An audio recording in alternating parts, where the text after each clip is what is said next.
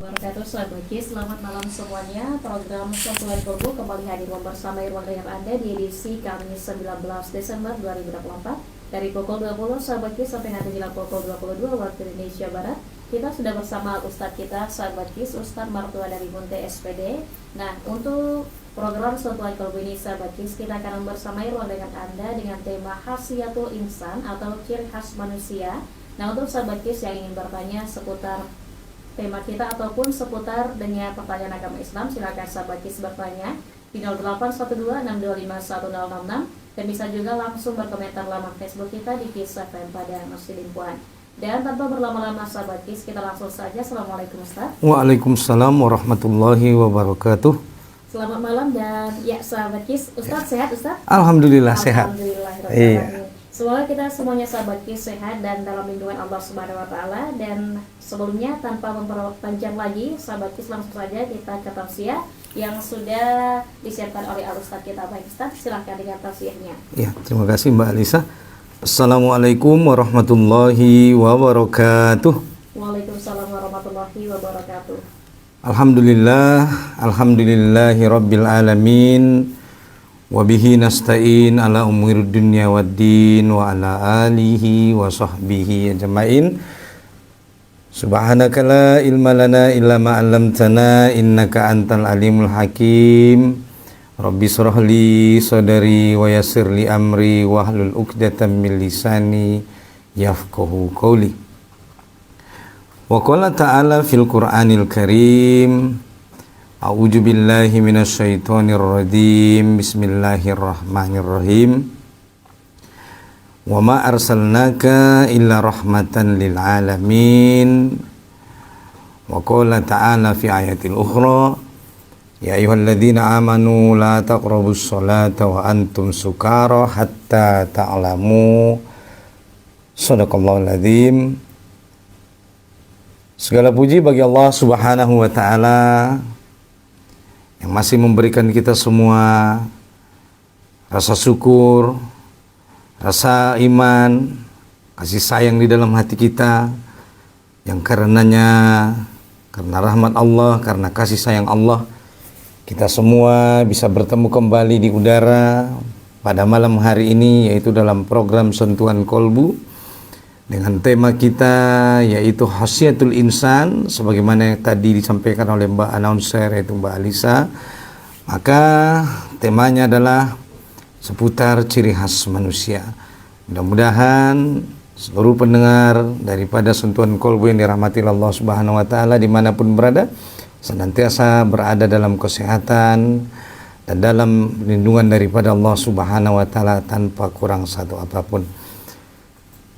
Pendengar yang dirahmati Allah Subhanahu wa taala, selawat dan salam semoga senantiasa terlimpah dan tercurah kepada Sayyidul Anbiya wal Mursalin khatamun nabiyyin, beliaulah baginda Rasulullah Muhammad sallallahu alaihi wasallam. Allahumma shalli ala sayyidina Muhammad wa ala ali sayyidina Muhammad. Mudah-mudahan dengan kita senantiasa meneladani, mengikuti petunjuk daripada Rasulullah, kita adalah umat yang terpilih berhak mendapatkan syafaat dari beliau di yaumil akhir. Amin ya rabbal alamin. Pendengar daripada Sentuhan Kolbu yang dirahmati Allah Subhanahu wa taala. Maka sesuai dengan tema kita, yaitu tentang bagaimana ciri khas manusia. Pendengar yang dirahmati Allah, bahwa manusia ini mempunyai ciri khas yang membedakan kita dengan makhluk yang lain yang ada di bumi ini. Oleh karena itu, yang membedakan kita dengan makhluk yang lain salah satunya yaitu tentunya adalah bahwasanya manusia ini dikaruniakan oleh Allah Subhanahu wa taala, yaitu berupa yang disebut dengan namanya potensi akal. Dalam bahasa Arab, akal ini disebut juga dengan namanya tafkir, atau yang disebut dengan namanya pemikiran, atau juga kadang-kadang disebut dengan namanya idrok. Akal, pemikiran, ataupun idrok, maka inilah yang membedakan kita dengan makhluk yang lain daripada ciptaan Allah Subhanahu wa taala yang berada di muka bumi ini.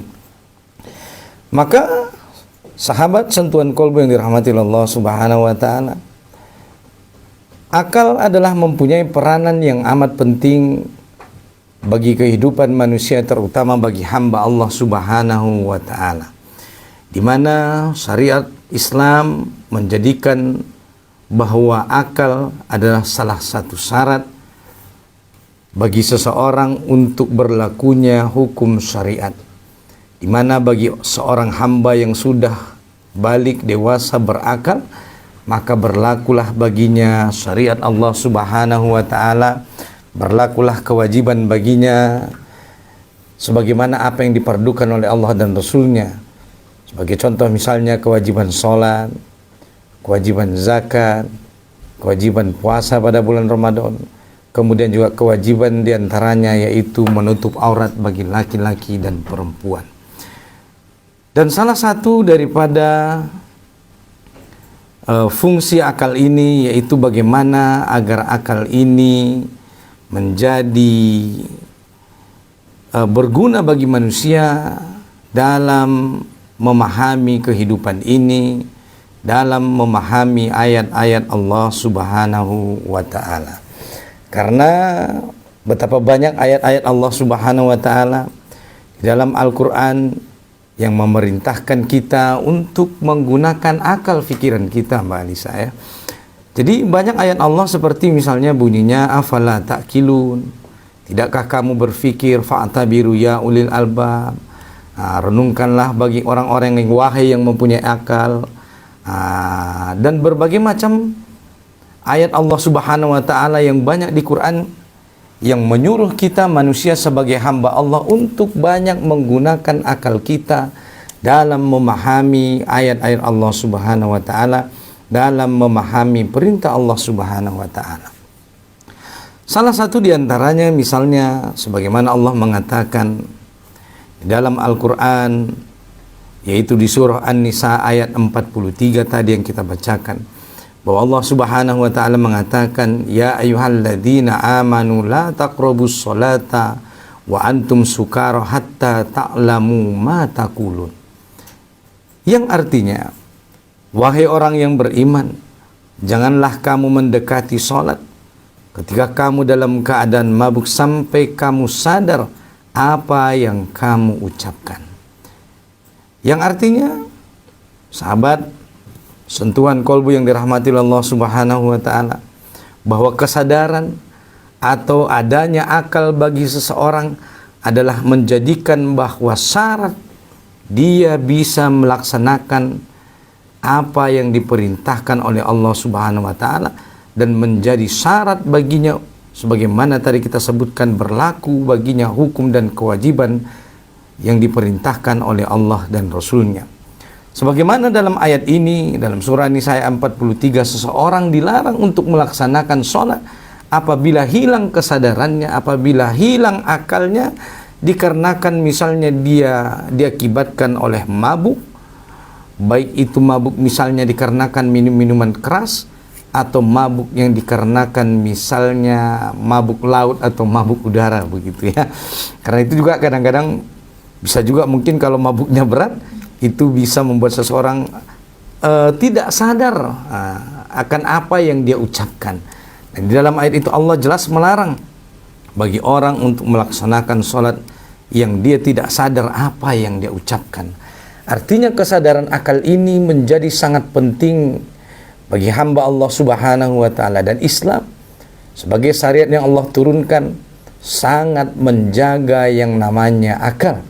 Dan salah satu dari fungsi syariat itu adalah hifzul akal, yaitu menjaga bagaimana agar akal manusia ini senantiasa berada dalam kewarasan atau berada dalam posisi yang namanya sadar dan sehat secara akal begitu ya.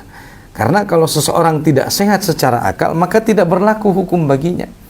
Sebagaimana kata Rasulullah SAW bahwa diangkat pena dari 3 orang, yang salah satunya tidak berlaku hukum baginya apabila orang itu adalah orang yang tidak berakal, atau dalam bahasa lainnya adalah orang yang gila, Mbak Alisa. Orang yang gila itu yang tidak sadar, maka tidak berlaku hukum baginya. Dia tidak wajib sholat, dia tidak wajib puasa. Ya namanya orang gila. Maka Tidak berlaku juga baginya kewajiban misalnya melaksanakan ibadah haji. Tidak berlaku juga baginya kewajiban misalnya berpuasa pada bulan Ramadan. Maka ada indikasi kalau orang yang tidak berpuasa Ramadan mungkin bisa jadi salah satu di antaranya misalnya termasuk mungkin dia adalah salah satu yang kehilangan akal, misalnya itu disebut dengan orang gila. Maka berkaitan dengan akal ini Syekh Taqiyuddin An-Nabahani punya penjelasan Mbak Alisa ya. Dan seluruh pendengar Sentuhan Kolbu yang dirahmati Allah Subhanahu wa taala. Sebelum kita terlalu jauh bagaimana kita memfungsikan akal ini, maka ada baiknya kita membahas apa yang disebut dengan namanya akal, apa yang disebut dengan namanya tafkir atau idrok, pemikiran atau kesadaran. Kalau kita ditanya semuanya, ada orang bertanya misalnya mengatakan di mana sih sebenarnya letak akal itu? Maka sebagian ada yang menjawab bahwa akal letaknya adalah di otak. Ada juga yang menjawab bahwa akal letaknya adalah di hati. Kalau kita mengatakan bahwa akal itu letaknya di otak, maka pertanyaannya bagi kita, benarkah bahwasanya akal itu adalah letaknya di otak? Sebagai contoh misalnya Mbak Alisa, ini saya bertanya dulu kepada Mbak Alisa, kira-kira kalau ada orang mengatakan bahwa akal letaknya di otak, saya ingin bertanya, apakah orang gila itu punya otak tidak? Punya, Ustaz. Punya ya. Tetapi kenapa tetap saja orang gila itu disebut orang tidak berakal? Padahal dia punya otak. Iya. Nah, jadi ini menunjukkan apa? Bahwasanya sebenarnya akal itu bukanlah sesuatu yang letaknya di otak. Buktinya mana Ustaz? Ya itu tadi. Bahwasanya kalau kita mengatakan akal itu letaknya di otak, lah orang gila punya otak. Ya kan? Tapi tetap saja walaupun dia punya otak di dalam kepala, tetap dia disebut orang yang tidak berakal. Ini menunjukkan apa? Bahwasanya akal itu bukanlah sesuatu yang letaknya di otak. Yang ini berarti juga membuat pertanyaan bagi kita, apa sih sebenarnya akal itu, gitu kan? Nah, kemudian kita juga bertanya, ada orang yang mengatakan bahwasanya akal itu adalah letaknya di hati. Sama dengan pertanyaan yang tadi, kita tanya kembali. Pertanyaannya adalah, apakah orang gila punya hati tidak? Punya. Nah, berarti kalau orang gila punya hati, tetapi tetap saja toh dia disebut orang tidak berakal. Nah, jadi pertanyaan besarnya bagi kita, sebenarnya akal itu apa sih? Betapa sering kita mengatakan di dalam kehidupan ini, oh dia orang tidak berakal, dia orang kurang akal, dia orang tidak waras. Nah, padahal kita sebenarnya belum mengetahui apa sih sebenarnya fakta daripada akal tersebut. Dan disinilah banyak dari orang dulu sampai sekarang gagal dalam mendefinisikan sebenarnya apa sih akal itu. Pendengar Sentuhan Kolbu yang dirahmati Allah Subhanahu wa taala, maka di sini kita coba menjelaskan bahwasanya apa yang dimaksud dengan akal ialah akal itu adalah sebenarnya sebuah proses berpikir yang melibatkan yang namanya 4 komponen. Jadi akal itu adalah sebuah proses berpikir yang melibatkan 4 komponen. Yang pertama disebut namanya dengan adanya fakta. Maka dengan adanya fakta, maka akan terjadilah sebuah proses berpikir. Kenapa? Karena akal itu adalah sebenarnya terjadinya sebuah proses berpikir. Bukanlah akal itu letaknya di otak, bukan juga akal letaknya di hati. Karena akal adalah terjadinya sebuah proses berpikir yang melibatkan 4 komponen tadi yang kita sebutkan. Yang pertama yaitu adanya fakta. Kemudian yang kedua, ada yang disebut dengan namanya indera. Kemudian juga ada yang disebut dengan namanya otak. Kemudian ada yang disebut dengan namanya maklumat sabiqah, atau yang dalam bahasa kita disebut dengan informasi sebelumnya. Pendengar Sentuhan Kolbu yang dirahmati Allah Subhanahu wa taala, maka dengan keempat komponen ini akan terjadilah sebuah proses berpikir yang kita sebut dengan namanya akal sehat hari ini. Sebagai contoh misalnya, dengan adanya fakta, fakta itu adalah berupa bentuk atau wujud daripada sesuatu. Misalnya di hadapan kita ada sebuah benda yang bentuknya bulat misalnya, maka itu disebut dengan namanya bola misalnya kan. Jadi bentuk yang bulat itu adalah sebuah fakta. Oh, faktanya ini ada benda bentuknya dia bulat, maka itulah yang disebut dengan namanya fakta. Kemudian fakta ini dilihat oleh indera. Indera itu berupa mata, ada penciuman. Maka indera atau mata melihat ada fakta yang berbentuk benda bulat.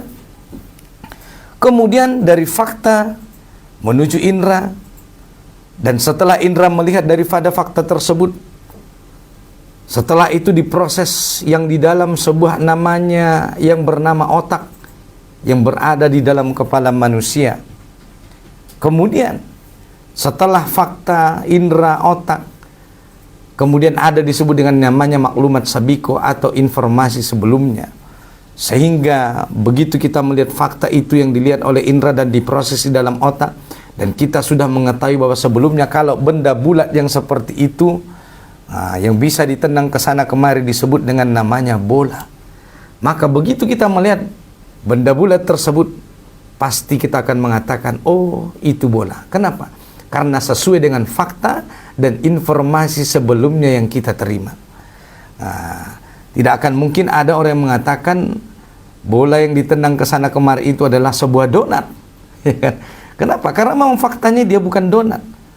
Oleh karena itu ada fakta, ada indera, kemudian indera memproses di otak, kemudian ada informasi sebelumnya yang sudah memberitahu kepada kita bahwa yang disebut benda bulat seperti itu disebut dengan namanya bola. Maka begitu kita melihat benda itu, kita langsung mengatakan, oh itu adalah sebuah bola. Maka inilah sebuah terjadinya proses berpikir yang disebut dengan namanya akal.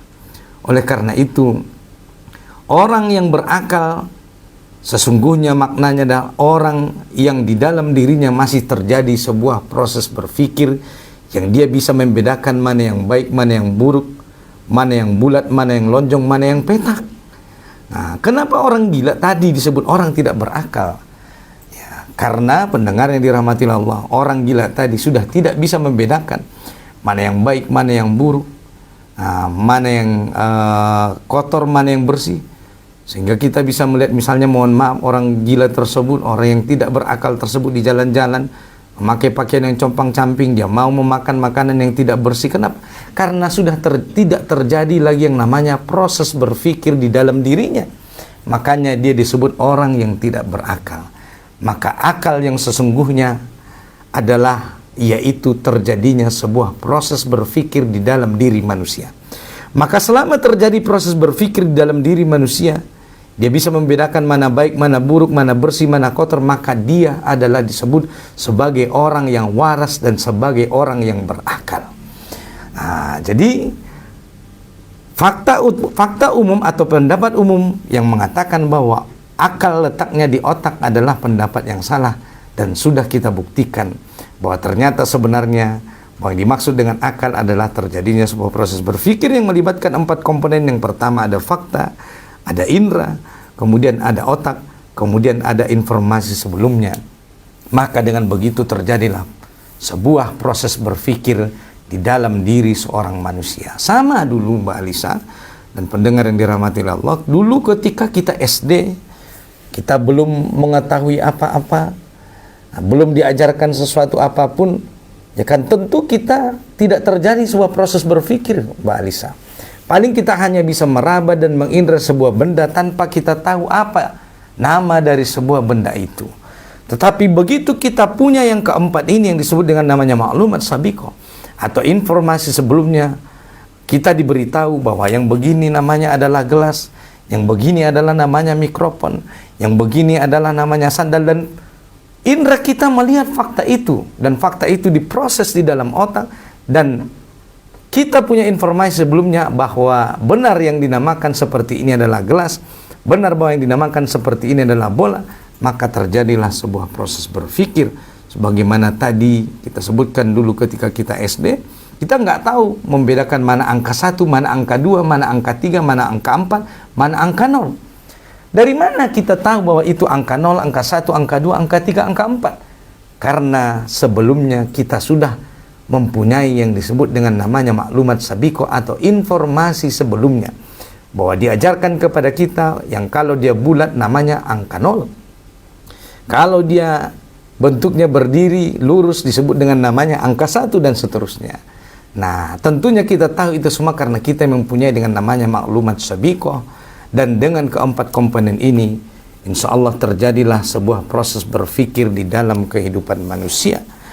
Maka oleh karena itu, pendengar sentuhan kolbu yang dirahmati Allah Subhanahu wa Ta'ala, fungsi akal ini adalah mengaitkan antara fakta dan informasi yang dia terima. Kemudian dengan terjadinya sebuah proses berpikir di dalam diri manusia, maka akan melahirkan yang namanya pemahaman. Dan pemahaman ini akan mempengaruhi tingkah laku seorang manusia. Seorang manusia itu berbuat dan bertingkah laku berdasarkan apa yang dia pahami, apa yang dia ketahui. Sebagai contoh misalnya, sebagai bukti, misalnya saya kalau ketemu dengan Mbak Announcer, Mbak Alisa, itu misalnya ketemu di jalan pasti senyum. Kenapa saling senyum? Karena di dalam pemahaman saya, informasi sebelumnya yang saya punya, saya sudah kenal dengan yang namanya Mbak Alisa. Dan begitu saya ketemu dengan Mbak Alisa, pasti saya senyum. Berbeda misalnya pendengar yang dirahmati Allah, kalau kita bertemu dengan orang yang tidak kita kenal. Bagaimana kira-kira kalau Mbak Alisa bertemu dengan orang yang tidak pernah dikenal? Kira-kira senyum tidak? Enggak Ustaz, nanti kalau disenyumin nanti diulangnya kita yang gila juga ya, senyum gitu. Iya. Kenapa Mbak Alisa tidak mau senyum? Karena memang tidak punya informasi sebelumnya atau yang disebut dengan namanya saling kenal mengenal. Maka menunjukkan apa? Bahwasanya pemahaman kita terhadap sesuatu itu mempengaruhi tingkah laku kita di dalam berbuat dan di dalam bertingkah laku di dalam kehidupan di dunia ini. Oleh karena itu kalau misalnya ada seorang hamba Allah Subhanahu wa Ta'ala yang misalnya memahami bahwa sholat itu baik, bahwa puasa itu baik, bahwa membayar zakat itu baik, maka pasti dia akan melakukan itu.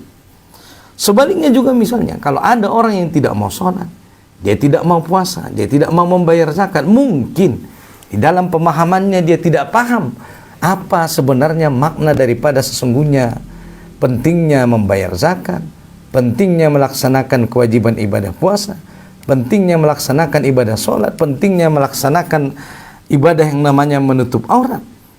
Maka pendengar yang dirahmati oleh Allah Subhanahu wa Ta'ala, tingkah laku seseorang di dalam kehidupan di dunia ini itu dipengaruhi oleh berdasarkan pemahaman apa yang dia punya yang disebut dengan namanya informasi sebelumnya.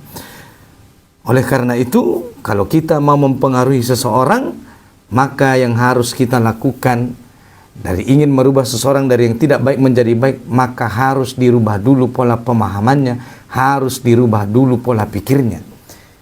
Tidak bisa kita ingin menyampaikan sebuah kebaikan dengan misalnya mengancam seseorang atau dengan menggunakan cara-cara kekerasan. Justru kalau kita menggunakan cara-cara kekerasan, orang akan lari dan menjauh. Nah, jadi karena pemahaman hanya bisa dirubah dengan pemahaman. Karena seseorang berbuat, bertingkah laku berdasarkan apa yang dia pahami, maka rumus cerdasnya adalah kalau kita ingin merubah seseorang dari tidak baik menjadi baik, dari yang lebih baik menjadi lebih baik lagi, maka rubahlah pemahaman seseorang tersebut dengan mengajak dia berpikir, dengan mengajak dia memahami tentang makna sebuah kebaikan, memahami tentang makna ayat-ayat Allah Subhanahu wa Ta'ala. Pendengar sentuhan kolbu yang dirahmati Allah Subhanahu wa Ta'ala, berkaitan dengan akal ini, Allah Subhanahu wa Ta'ala juga berfirman di dalam ayatnya surah Al-Muluk ayat 10. Allah Subhanahu wa Ta'ala mengatakan, "Lau kunna nasma'u aw na'kilu ma kunna fi ashabis sa'ir." Yang artinya mereka juga berkata, yaitu orang-orang para penghuni neraka atau orang-orang mujrimin, yaitu orang-orang durjana, orang-orang yang celaka di hari akhirat kelak. Apa kata mereka? Allah mengabarkan dalam surah Al-Muluk ayat 10, wa qalu, mereka berkata, "Lau kunna nasma'u aw na'kilu ma kunna fi ashabis sa'ir." Yang artinya yaitu andaikan kami dahulu ketika berada di dunia mau mendengarkan, lau kunna nasma'u, andai dulu kami di dunia mau mendengarkan, au naqilu, atau kami mau berfikir menggunakan akal kami, ma kunna fi ashabis sa'ir, maka pasti kami tidak berada di neraka sa'ir.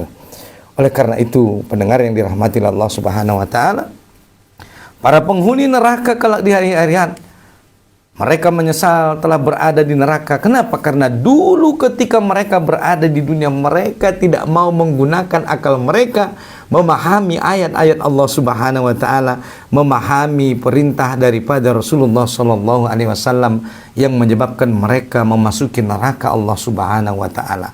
Oleh karena itu, ketika kita membaca ayat-ayat Allah Subhanahu wa taala, tidak cukup kita hanya sekedar membacanya, tetapi kita harus menggunakan akal yang telah dikaruniakan oleh Allah Subhanahu wa taala. Untuk apa? Yaitu tadi sesuai dengan fungsinya, memikirkan, memahami tentang apa maksud daripada ayat-ayat Allah Subhanahu wa taala, tentang apa maksud daripada larangan-larangan Allah Subhanahu wa taala, sehingga dengan kita berpikir menggunakan akal kita itu, kita tidak tergolong sebagai kaum mujrimin, kaum yang celaka, sebagaimana Allah sebutkan di dalam Quran surah Al-Mulk ayat 10 tadi.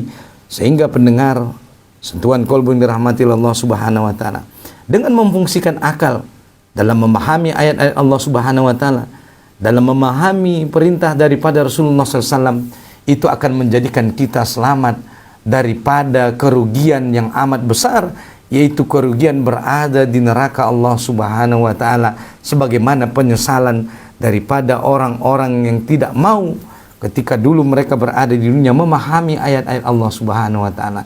Karena banyak juga Mbak Alisa, begitu ayat-ayat Allah disampaikan, begitu ayat-ayat Quran didengar olehnya, tapi dia tidak memahami, tidak mau memikirkan tentang ayat-ayat Allah. Dia mencueki ayat-ayat Allah Subhanahu wa taala, sehingga dia tidak mau tunduk, patuh, taat melaksanakan apa yang diperintahkan oleh Allah. Dan inilah yang nanti menjadikan dia menjadi menyesal dan celaka di negeri akhirat, di negeri yang abadi yang sesungguhnya. Oleh karena itu, pendengar sentuhan kolbu yang dirahmati Allah Subhanahu wa taala, mari kita menggunakan akal kita untuk memahami ayat-ayat Allah Subhanahu wa taala, karena memang Islam sangat menjaga kesehatan akal ini. Itulah kenapa Islam melarang yang namanya sesuatu yang memabukkan seperti minuman-minuman, ataupun ada yang namanya narkoba dan segala hal sesuatu yang bisa menghilangkan akal sehat, maka ini sangat dilarang oleh Allah Subhanahu wa taala. Oleh karena itu, jagalah akal sehat kita, gunakanlah akal sehat kita dalam memahami ayat-ayat Allah, sehingga kita menjadi orang-orang yang muflihun, orang-orang yang kelak beruntung di negeri akhirat, mendapatkan sorga, jannatun tajri min tahtihal anhar khalidina fiha abada. Demikian Mbak Alisa yang bisa saya jelaskan pada sesi ini. Barakallahu fikum. Assalamualaikum warahmatullahi wabarakatuh. Waalaikumsalam warahmatullahi wabarakatuh. Nah, untuk sahabat KIS yang ingin bertanya seputar tema kita, bisa langsung ya sahabat KIS di Facebook kita ataupun di SMS ataupun WhatsApp tentang tema kita, khasiatul insan ataupun ciri khas manusia. Silahkan bertanya dan jangan kemana-mana, kita jeda sebentar dulu. Baru terus di 106,6 KIS Inspirasi Anda.